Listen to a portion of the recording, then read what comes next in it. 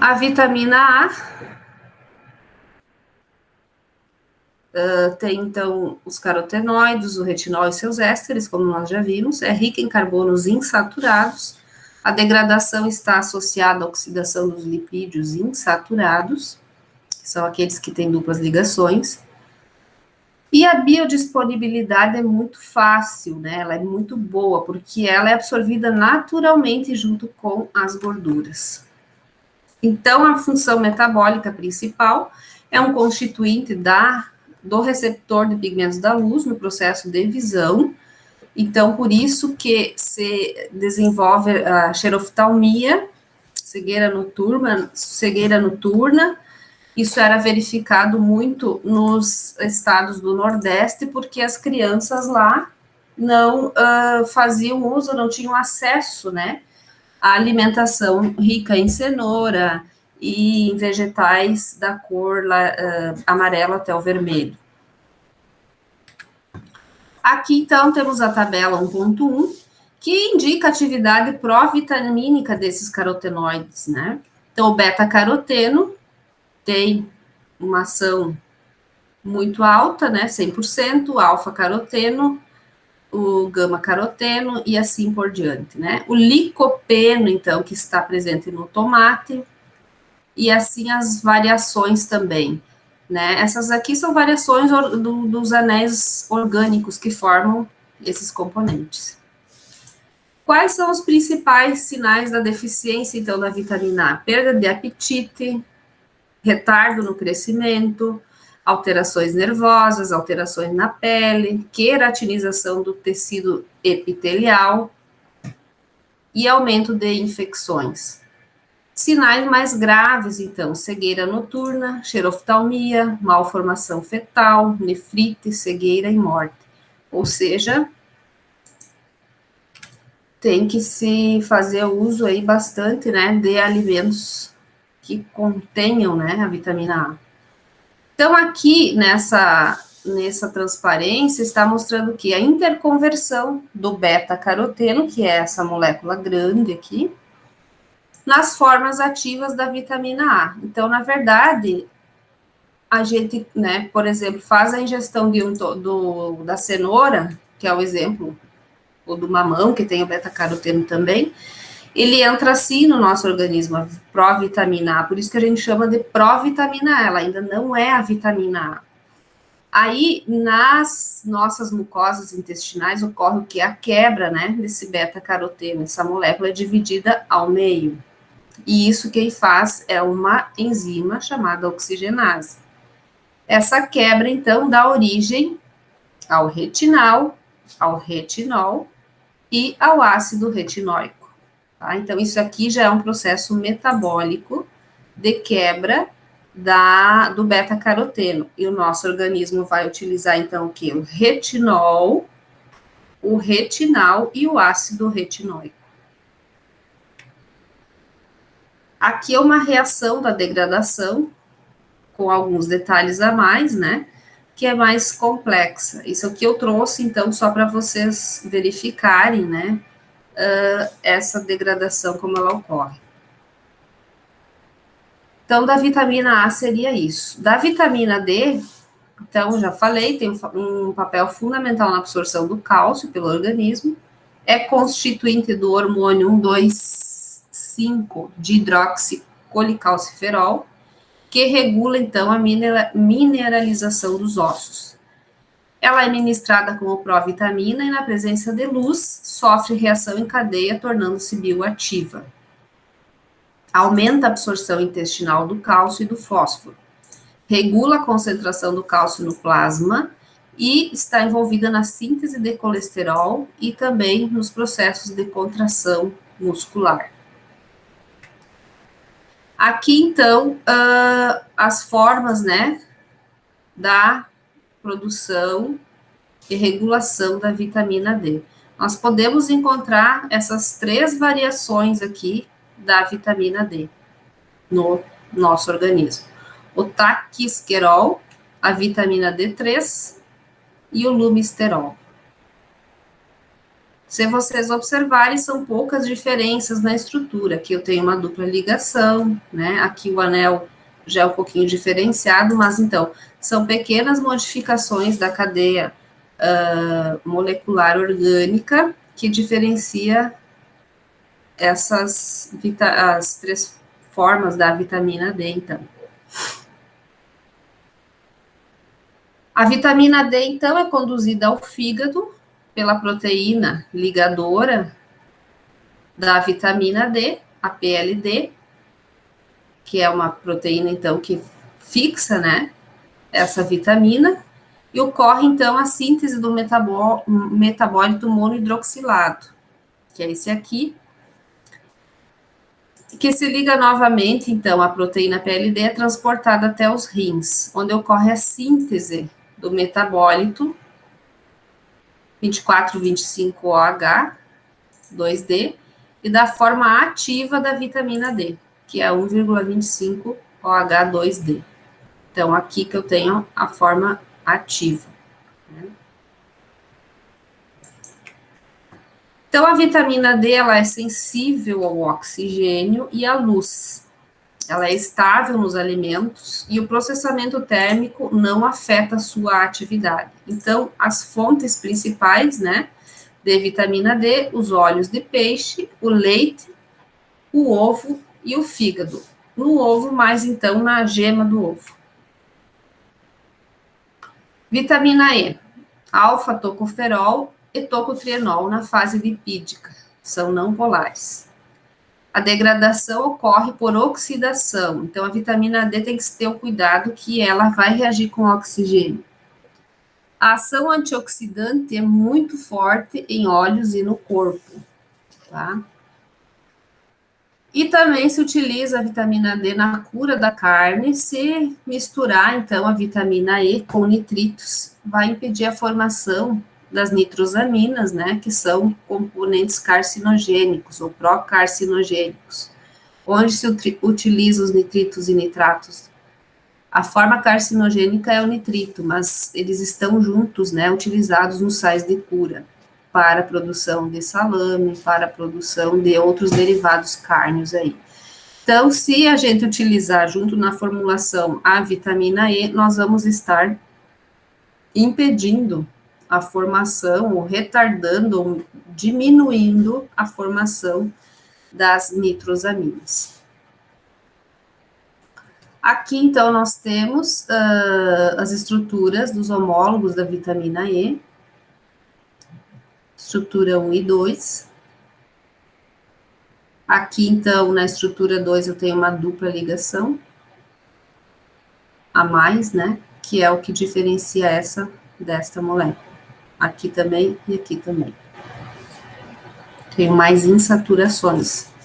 Se eu tenho mais insaturações, é porque eu tenho maior capacidade antioxidante. Por quê? Porque são nessas duplas ligações aqui que a vitamina E faz a ligação com o oxigênio.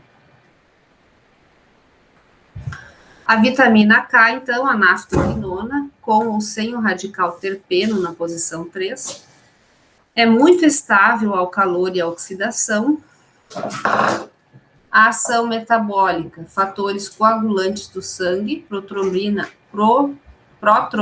e proconvertina. E a síntese, então, é no nosso intestino, né? Ela vai ser realizada por bactérias intestinais.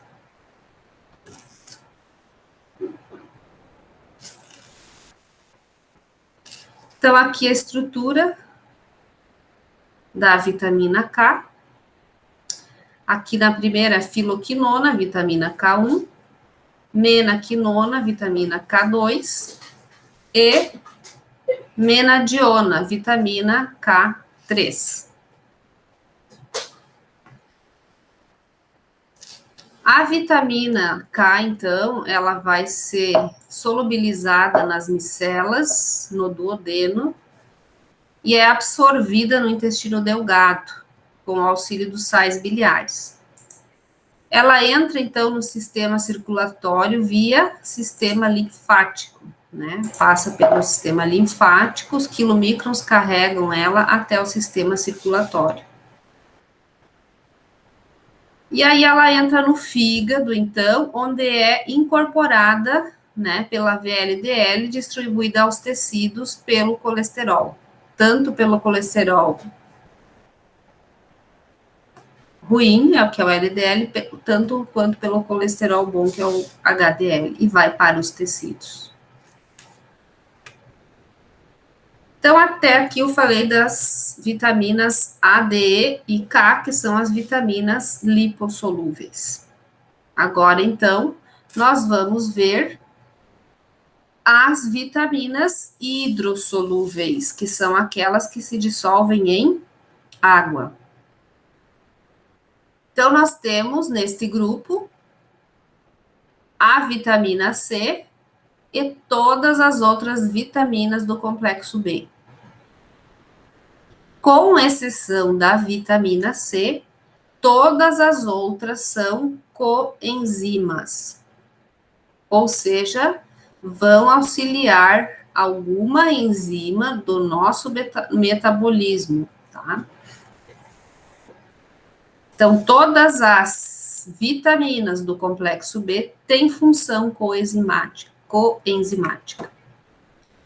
Muitas vitaminas hidrossolúveis fazem parte da estrutura das coenzimas e, por isso, são essenciais para o metabolismo.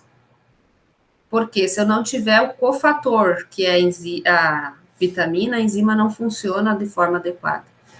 Possuem estruturas muito diversas entre si e como propriedade comum a polaridade, ou seja, se ligam com a água.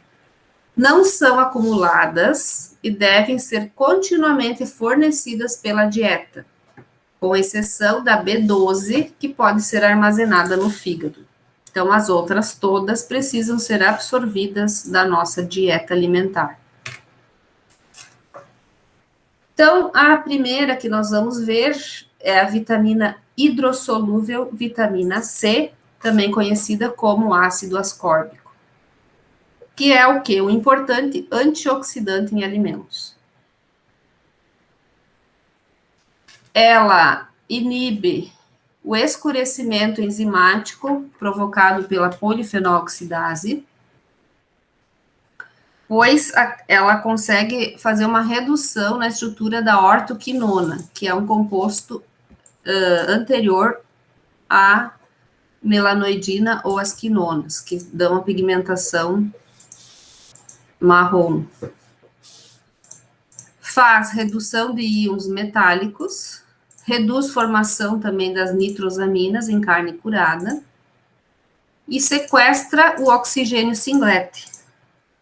Então, se liga ao oxigênio singlet e aí não se dá origem à oxidação lipídica, né? Que toda oxidação lipídica do nosso organismo é originária da reação do oxigênio singlet. Então, aqui é uma demonstração das reações oxidativas que ocorrem durante a degradação da vitamina C. Então, são várias etapas que aqui está a vitamina C no seu estado sem oxidação, assim que a gente, então, parte, né, um limão para fazer uma limonada ou qualquer outra fruta cítrica, ela está nessa forma aqui. Aí se inicia, então, algumas reações metabólicas de degradação, sempre, então, na presença do oxigênio, tá? Então, vocês podem ver que a vitamina C se degrada de várias formas, né? Aqui ocorre uma cetonização, e daí entra numa rota anaeróbia, sem oxigênio, e aqui é a rota aeróbia, tanto para cá, quanto para cá, quanto para cá. Vai ter sempre, então, os compostos intermediários sendo formados e essa vitamina sendo degradada. Então, no final aqui, nós temos a formação dos compostos furfurais, né? Hidroxifurfural, hidroximetilfurfural. Também aqui nós temos, então, quando a via é anaeróbia, a formação das redutonas. E no final, então, nós vamos ter sempre o desenvolvimento dos pigmentos pardos. Por isso que, então, ocorre o escurecimento do suco da laranja, o escurecimento do suco de limão, e assim por diante. Então, reforçando o que eu já falei na outra aula, é importante consumir, né, logo que preparado os sucos, as frutas, e que não são só as frutas, mas os vegetais também são ricos em vitamina C. Temos que ingeri-los logo após, né, retirar a casca e assim por diante. Também a vitamina C, ela é bastante lixiviada dos produtos, né? Então não dá para manipular muito, porque ela acaba saindo ali da matriz alimentar em função disso. A tiamina, então, é a primeira das vitaminas do complexo B. Ela é uma pirimidina com metil ligado no anel tiazol, que é a estrutura que aparece aqui, tá? O anel tiazólico é esse aqui, chamado assim porque tem o grupo enxofre, tá? E tudo isso aqui é a vitamina B1, né?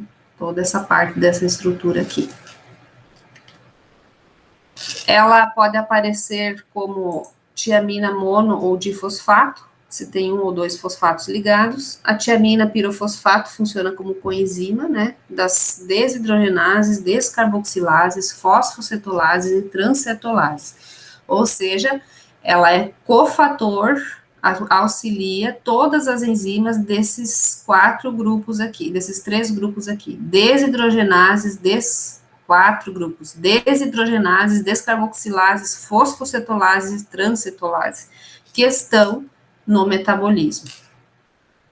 É pouco estável a pH alcalino, então, se eu tenho aí soluções com pH acima de 7, ela vai fazer reações de decomposição. É amplamente distribuída nos tecidos vegetais e animais. Então, aqui nós temos o anel tiazólico, é a estrutura dela, e aqui nós temos a pirofosfato de tiamina, quando eu tenho dois grupos fosfato ligados na estrutura orgânica.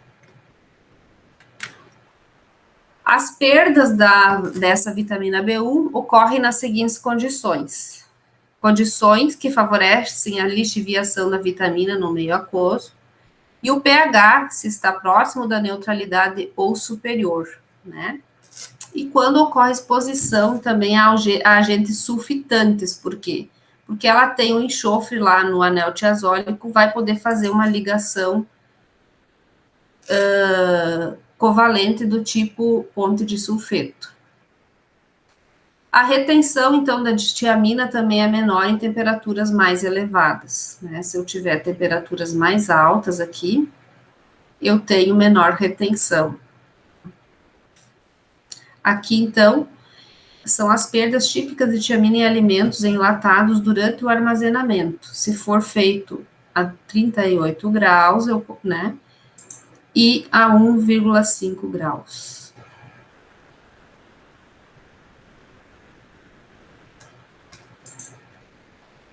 A degradação da tiamina também é um processo de várias reações, né?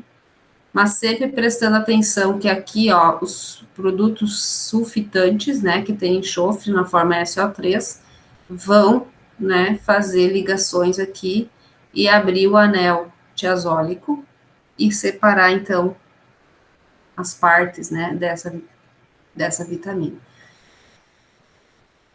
Ela, então, a degradação depende muito do pH. Em condições ácidas, se o pH é menor do que 6, a degradação térmica ocorre lentamente e resulta em restos, né, de pirimidina e tiazol intactos. Se o pH é neutro, a degradação é acelerada e ocorre a fragmentação do anel tiazol. Em pH 8 já não é mais encontrado anel tiazol nos produtos da degradação. Então, já ocorreu a abertura desse anel. A degradação, então, da tiamina origina um grande número de compostos, bem diferenciados, né? Que possuem enxofre. Então, esses participam das reações químicas que dão sabor e aroma à carne, as formas tiazol e pseudobase. A tiamina se degrada rapidamente na presença do enxofre. Então, é proibido o uso, né, de agentes sulfitantes em alimentos ricos em tiamina.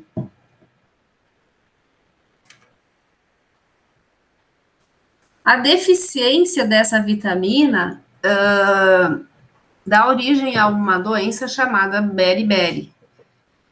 O beriberi é o quê? A concentração alta de piruvato no sangue, tá?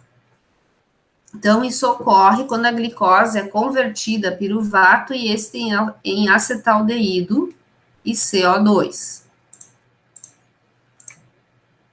Alguns peixes, então, possuem a enzima tiaminase, que faz o quê?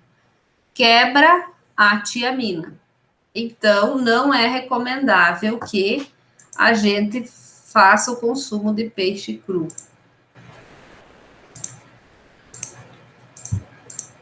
Riboflavina ou vitamina B2, também conhecida como FAD, tá? FAD é flavina adenina dinucleotídeo. São coenzimas de várias enzimas que catalisam processos de oxidação e redução. São encontradas em várias formas químicas nos alimentos.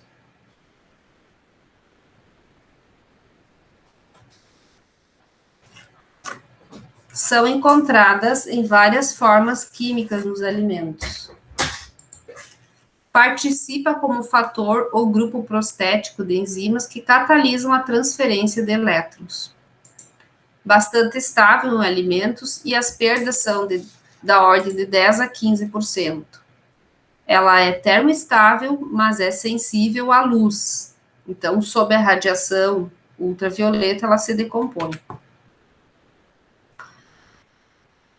E a riboflavina, vitamina B2 ou FAD, ela é uma coenzima muito importante do processo metabólico. Então, vocês vão depois, na aula sobre o metabolismo, ouvir falar muito sobre a FAD e NAD. Então, aqui tem uma transparência que mostra o quê?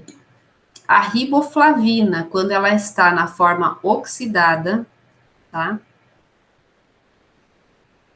Que aparece aqui, então, oxidada, ela está com os anéis fechados, ela tem a coloração amarela, e ela é chamada de flavoquinona.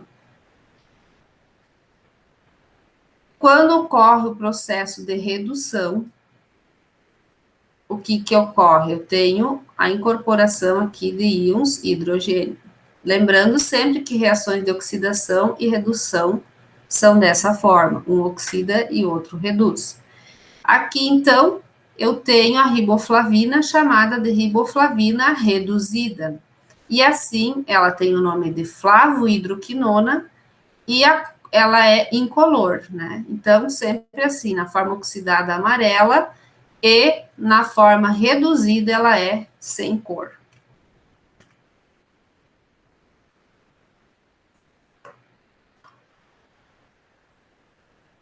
A riboflavina, então, ocorre na natureza quase que exclusivamente como um constituinte de dois cofatores, tá? Então, ela é utilizada aqui para o FMN e o FAD. Flavina, conhecida como flavina mononucleotídeo, e FAD, flavina dinucleotídeo.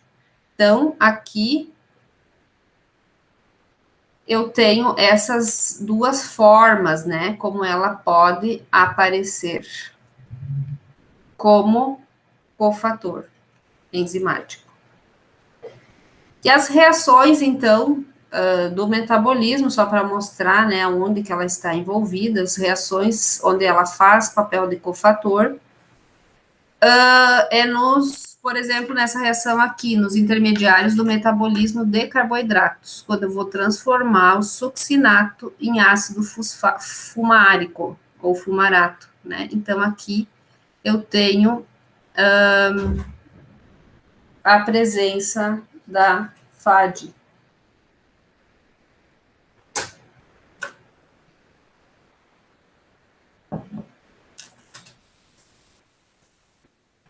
E a degradação da riboflavina, então, que tem essa estrutura aqui, pH menor do que 7, dá origem à lumiflavina, e pH maior do que 7 dá origem à lumiflavina, e pH menor ou igual a 7 dá origem a um lumicromo. Niacina, nome genérico para piridina ácido 3-carboxílico e seus derivados, também conhecida como ácido nicotínico, e sua amida, nicotinamida, são as vitaminas mais estáveis. Não é degradada por luz ou calor. Essa aqui, então, é chamada de NAD ou NADP. Também é uma coenzima bem importante nas reações das enzimas desidrogenases. A NAD, então, pode ser obtida a partir do triptofano. Então, o triptofano vai ser originário da onde? De dietas ricas em proteínas. O principal alimento fornecedor de triptofano é o feijão. Então, 60 miligramas de triptofano gera 1 miligrama de niacina. Então, aqui eu tenho a estrutura do triptofano. Então, 60 miligramas desse triptofano que eu vou ingerir do feijão, que é um exemplo que eu posso dar para vocês, vai originar o quê? 1 miligrama de ácido nicotínico. Por isso também o arroz tem bastante, então a mistura feijão e arroz nos dá esse aporte da vitamina niacina. Os cereais, então, são a principal fonte e as leguminosas. E também eu tenho a presença da niacina no café.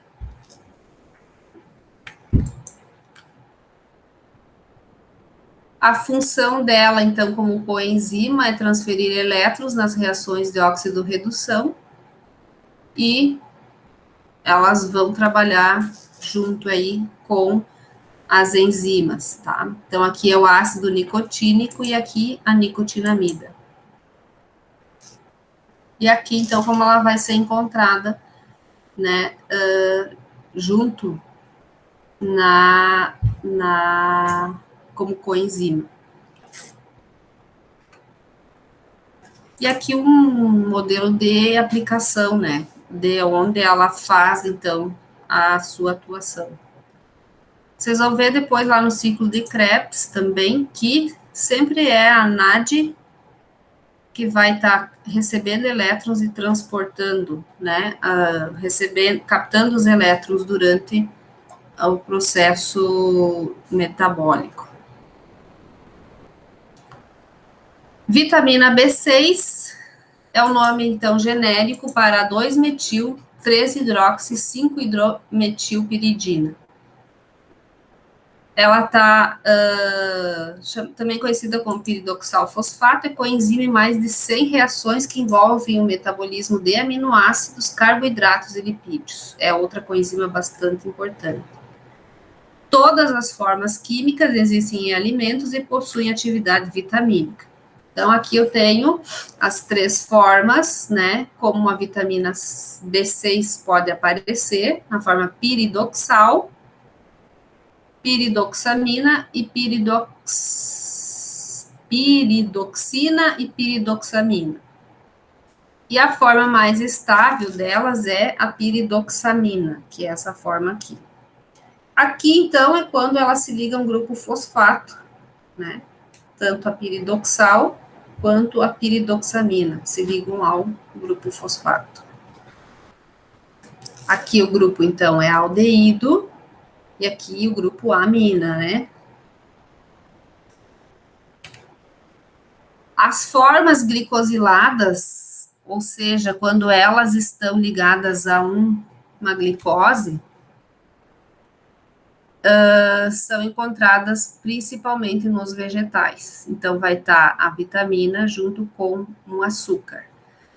E a ruptura dos tecidos vegetais frescos, através do congelamento e descongelamento ou pela homogeneização, libera fosfatases e beta-glucosidades que podem modificar, né, essa vitamina B6. 80% da vitamina B6, então, da carne está na forma de piridoxal fosfato e piridoxamina fosfato. Da mesma forma, né, que em vegetais, a ruptura dos tecidos animais pode provocar também essa desfosforilação. Então, aqui é um exemplo de onde ela vai estar no metabolismo. Então, ela vai participar, né, da transaminação, descarboxilação e raceminação dos aminoácidos. Isso é o que vocês vão ver mais para frente. Sintomas, então, da deficiência da vitamina B6: dermatite seborreica, língua grossa e vermelha, tremores, náuseas, perda de peso e anorexia. Então, são coisas que podem, né, doenças que podem ser originárias aí pela falta dessa vitamina no organismo. O ácido fólico, então, é um ácido glutâmico, né, com algumas substituições, também chamado de folato. Ele tem concentrações muito baixas nos alimentos, né, e o pouco que tem é encontrado em alimentos verdes. Então, a couve, rúcula, alface, brócolis, abacate, são alimentos que têm um pouco, né, do ácido fólico. E no nosso organismo, a maioria, né, das pessoas tem carência, por quê? Porque além de ter poucos vegetais que têm o ácido fólico, ainda ele é mal absorvido pelo nosso organismo. Então, ele precisa ser convertido enzimaticamente dentro do nosso organismo, degradado no estômago e uma série de reações para a gente realmente absorver o ácido fólico. Então, ele aparece aqui, ele tem uma estrutura bem complexa. E a abreviatura, então, é esse PABA aqui que aparece, né? E eu tenho, então, como compostos ativos o ácido dihidrofólico e o ácido tetrahidrofólico.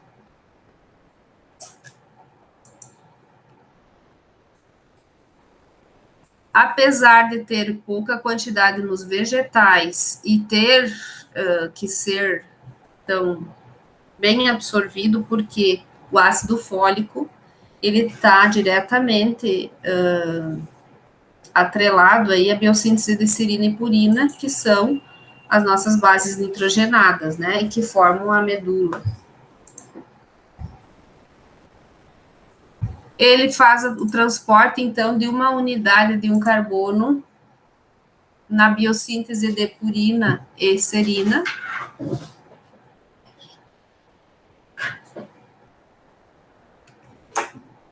Alteração, então, morfológica e do funcionamento do núcleo das células de vários tecidos, como, por exemplo, células sanguíneas, medula óssea, bloqueio da síntese de DNA. Isso aí, então, se não tiver o ácido fólico na quantidade necessária, vai poder resultar aí nesses problemas. Por isso que é recomendável, não é que é recomendável, é uma norma se tomar o ácido fólico 3 meses antes, na forma de comprimidos, num período 3 meses de antecedência à gestação.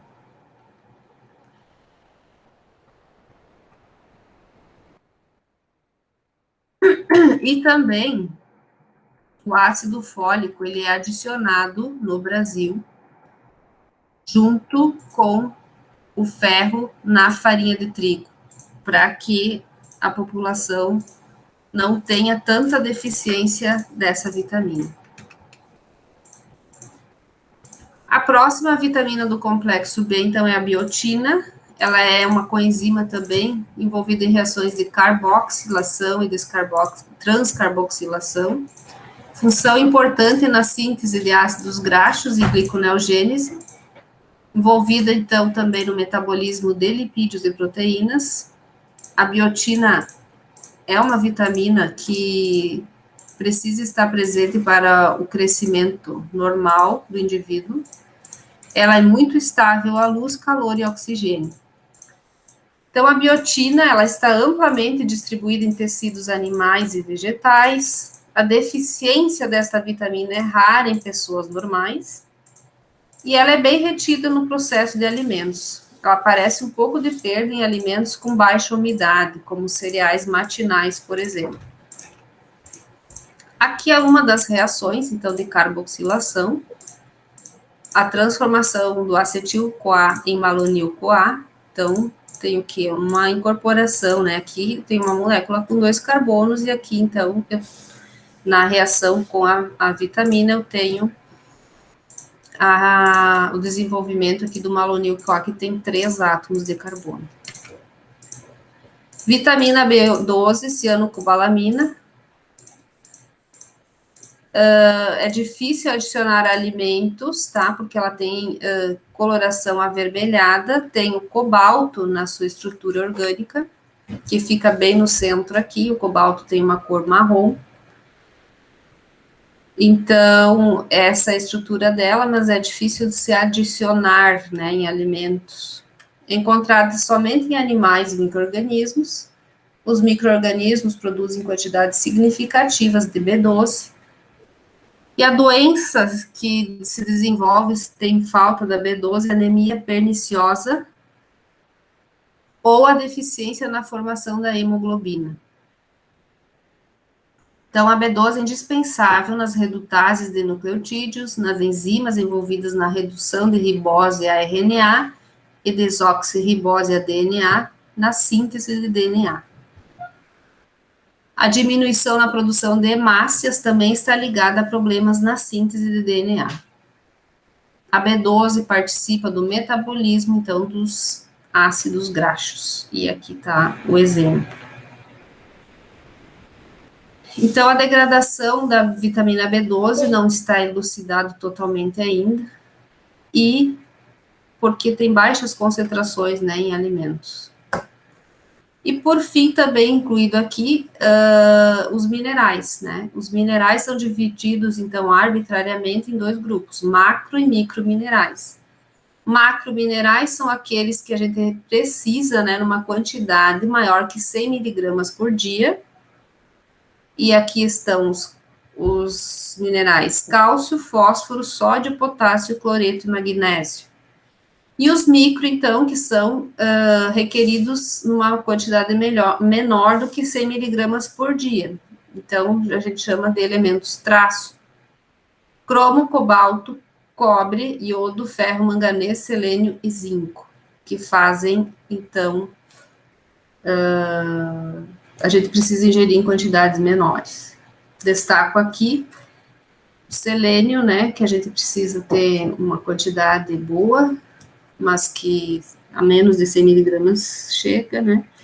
E aonde que eu encontro isso? O selênio nas amêndoas, né? As perdas, então, de minerais no processamento ocorrem por remoção física ou combinação nas formas que não são bioativas. Não ocorre por destruição. Então, pode ocorrer na lavagem, no corte e no descascamento e na moagem dos cereais, para produzir a farinha de trigo. O ferro, então, é bem importante, porque a gente tem que ter biodisponibilidade do ferro para o nosso organismo, para evitar anemia, né? Então, o que é facilmente absorvido pelo nosso organismo é o ferro na forma de sulfato ferroso. Então, a fortificação da farinha de trigo no Brasil também deve ser feita com sulfato ferroso, tá?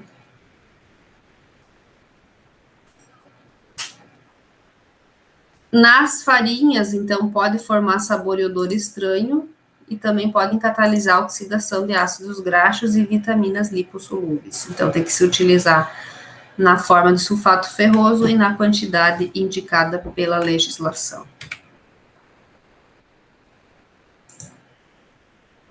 Agradeço mais uma vez, então, e encerro por aqui esta aula sobre vitaminas.